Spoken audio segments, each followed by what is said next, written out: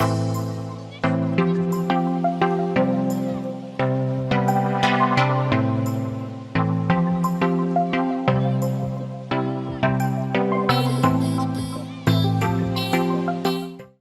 everyone, welcome to the Education, your one-stop learning platform for both JEE and NEET examination। तो बच्चों last class में हमने finding derivatives के बारे में देखा, पर फर्स्ट प्रिंसिपल से हम लोग कैसे डेरिवेटिव निकालते हैं। हमने डिफरेंशिएशन के रूल्स के बारे में जाना। डिफरेंशिएशन क्या होता है? It is the process of finding a derivative, है ना।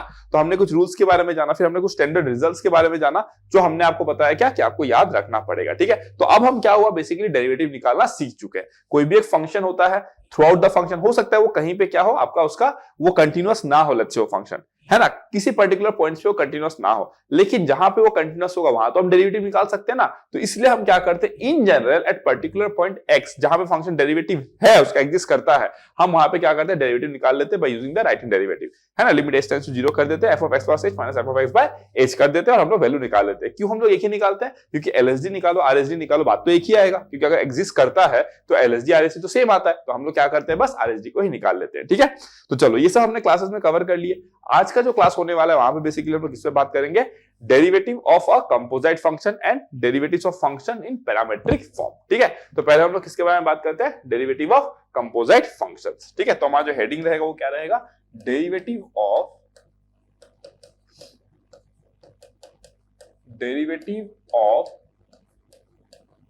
Composite function, derivative of composite function. Clear हो गया, डेरिवेटिव ऑफ कंपोजिट फंक्शन।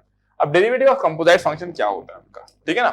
अब आपको कंपोजिट फंक्शन क्या है ये तो आपको पता ही है, फंक्शन ऑफ फंक्शन, इसको चेन रूल भी बोलते हो, जो टेक्निक आप यूज करते हो उसको आप बोलते हो चेन रूल, है ना। इससे आप बोलोगे इसको चेन रूल, ठीक है ना। हम लोग क्या करते हैं, देखो फॉर एग्जांपल आपके पास एक फंक्शन है, ठीक है, आपके पास क्या है, एक फंक्शन है, जैसे for example u is a function of what, v। u क्या है, एक v का फंक्शन है। v का फंक्शन मतलब क्या, u is equals to v square plus 2v, है ना, e to the power v, कुछ भी हो सकता है v में फंक्शन। और जो हमारे पास जो v है वो आपका फंक्शन ऑफ x है, ठीक है। आपको निकालना है du by dx, तो du by dx is equals to question mark. आप कैसे निकालोगे? अगर आपको मैं बोलता कि du by dv निकालो, आप सीधा बोलते f dash v, dv by dx तो आप सीधा बोलते g dash x, सीधा बोल देते आप, है ना। लेकिन इसको आप कैसे निकालोगे अभी, दैट इज इंपॉर्टेंट, इसको समझते। देखो अगर मैं बोलूं कि ये मेरा 1 है और ये मेरा 2 है, तो 1 और 2 से हमको पता है कि u क्या हो जाएगा आपका, f of g of x। ये आपको क्लियर है एकदम। अब आप ध्यान से देखो, अगर मैं बोलूं कि x को अगर x plus delta x change आया तो y में क्या होगा आपका, आई मीन v में क्या होगा, सॉरी, जो v होगा उसमें क्या होगा, v में भी आपका आएगा एक change, v plus delta v। अगर v में चेंज आएगा तो भाई u में भी चेंज आएगा, u में क्या आएगा आपका, u plus delta u change आएगा। क्लियर हो गया, डन। अगर इसमें चेंज आया देन इसमें चेंज आएगा, देन इसमें चेंज देखने को मिलेगा, ठीक है। अगर मैं आपको बोलूं delta u by delta x, मैं लिखूंगा delta u by delta v into delta v bye delta x। कुछ प्रॉब्लम है? कोई भी प्रॉब्लम नहीं है, ठीक है। अगर मैं लिमिट लगा दूं, limit delta x tends to 0, delta u by delta x is equals to limit delta v tends to 0। क्यों? जब डेल्टा x टेंड्स टू 0 होगा तो डेल्टा v टेंड्स टू भी 0 होगा।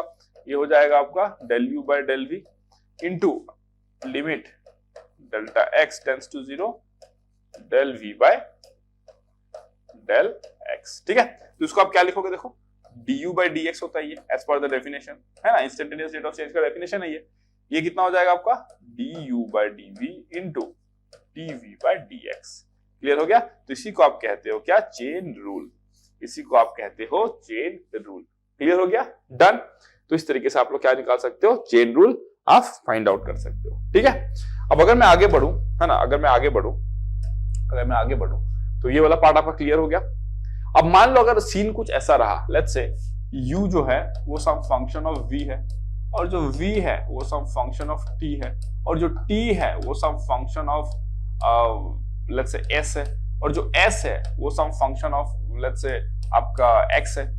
तो अगर मैं आपको du by dx निकालने के लिए बोलूं तो आप क्या करोगे, आप du by d निकालोगे, है ना। मतलब u का change with respect to v, then v का change with respect to t, then t का change with respect to s, then s का change with respect to x। ये बन जाएगा आपका फॉर्मूला। क्लियर हो गया? डन। तो this is how it is done. Clear? Done, no problem ना। तो इस तरीके से आप लोग इसको चेन रूल अप्लाई कर सकते हो। एग्जांपल ले लेते हैं, एक एग्जांपल ले लेते हैं, ठीक है। अगर मैं एग्जांपल की बात करूं, देखो अगर मैं एक एग्जांपल की बात करूं, उससे मेरे पास f of x is equals to log of sin of x है। क्लियर हो गया? f of x मेरे पास क्या है आपका? log of sin of x है, ठीक है। तो मैं डेरिवेटिव कैसे निकालूंगा? देखो f dash x क्या करना है पता है? जो आपका आउटर फंक्शन है, आउटर फंक्शन, उसका डेरिवेटिव ले लो। log of sin x का डेरिवेटिव क्या होगा? 1 by sin x। log of x का डेरिवेटिव क्या होता है? 1 by x ना, बट ये log of sin x है तो 1 by sin x हो जाएगा भाई। फिर आप इसका डेरिवेटिव करो इनटू sin x का डेरिवेटिव क्या हो जाएगा? cos x। तो ये आपका कितना आ गया? cot x। क्लियर? डन। अब आपको डाउट होगा कि सर ये हुआ कैसे? देखो कैसे हुआ है। अगर मैं आपको बोलूं कि लेट्स से जो sin x है, लेट मैं लेट ले लेता हूं। देखो यहां पे let sin x is equals to u, है ना। तो हमारे पास क्या है? y इज इक्वल्स टू क्या है? log u है। क्लियर? No problem. अगर आप dy by dx निकालते हो तो क्या हो जाएगा? देखो d by dx of log of u हो जाएगा। लेकिन ये तो आप देखो किसके रेस्पेक्ट में निकालो, x चेंज हो रहा है तो आप u में चेंज कैसे निकालोगे? तो आप u रखो, डिफरेंशियल एलिमेंट u रखो, तो d by du of log u into du by dx। क्यों? क्योंकि u is the function of x है। तो d by du of log u कितना होता है? 1 by u into du by dx कितना हो जाएगा? देखो u अगर sin x है तो therefore du by dx कितना होगा? ये तो आपको पता ही है भाई, du by dx होता है आपका cos x। cos x ये आप लिखोगे cos x, और u का वैल्यू क्या था आपका? sin x। तो ये हो गया आपका cos x और नीचे हो गया आपका sin x, तो ये आपको मिल गया cot x। क्लियर हो गया, है ना। तो इस तरीके से आप क्या कर सकते हो? आराम से सॉल्व कर सकते हो, ठीक है। फॉर एग्जांपल और एक एग्जांपल ले लेता हूं। मान लो आपके पास में f of x जो है वो है e to the power sin x square। Let's say इसका डेरिवेटिव कैसे निकालोगे? सिंपल है। मान लो ये e to the power u होता तो आप क्या लिखते हैं? e to the power u ही लिखते, क्योंकि e to the power x का डेरिवेटिव तो e to the power x ही होता है ना। तो आप ये लिखोगे e to the power sin x square into sin x square। मान लो ये sin of t है, sin t का डेरिवेटिव क्या होता है? cos t, मतलब cos of x square into x square का डेरिवेटिव क्या होता है? 2x। सबसे पहले बाहर वालों को देख के करो, फिर ये वाला देख के करो, फिर ये वाला देख के करो, काम खत्म हो गया, बस डन। यही करना है आपको, है ना। इस तरीके से आप निकालेंगे। Don't worry, it will require practice, थोड़ा प्रैक्टिस चाहिए होगा, आप कर ले जाओगे। डोंट वरी, मैं बताऊंगा ना क्या करना है, टेंशन नहीं लेना है, ठीक है। आप थोड़ा सा प्रैक्टिस के साथ में आराम से उसको कर ले जाओगे। तो ये बेसिकली क्या था आपका? Chain rule. देख रहे हो कैसे चेन रूल बोला जाता है इसको? It's like forming a chain ना, this by this into this by this into this by this, है ना। तो इसको बोला जाता है चेन रूल, ठीक है। तो ये हो गया आपका क्या? Differentiation of a composite function. कैसे आप कंपोजिट फंक्शन का डेरिवेटिव लेते हो, ठीक है।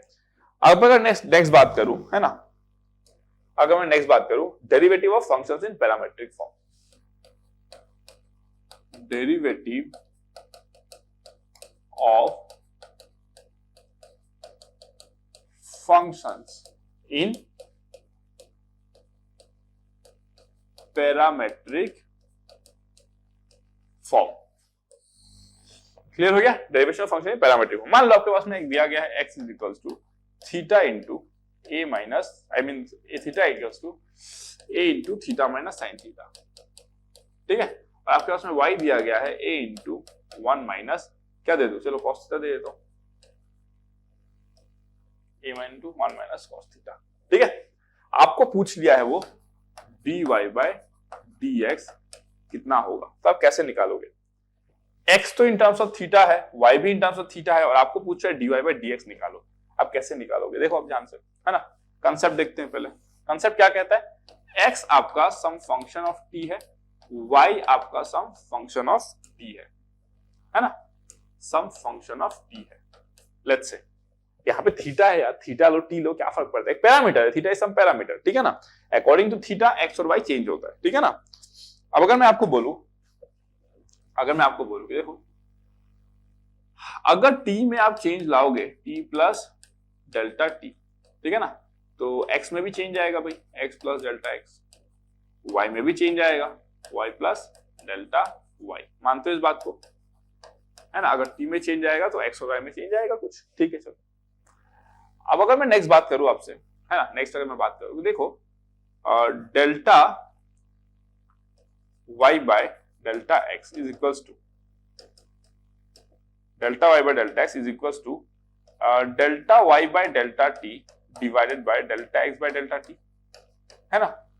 अगर हम लोग passing respective limits, passing respective limits, क्यों? क्योंकि हमको पता है ना भाई, अगर डेल्टा एक्स टेंस टू 0 होगा तो डेल्टा टी भी टेंस टू 0 होगा, है ना, इधर भी डेल्टा टी टेंस टू 0 होगा। तो अगर हमने रेस्पेक्टिव लिमिट्स को पास करें तो हमको क्या मिल जाएगा, dy by dx is equals to how much, dy by dt divided by dx by dt।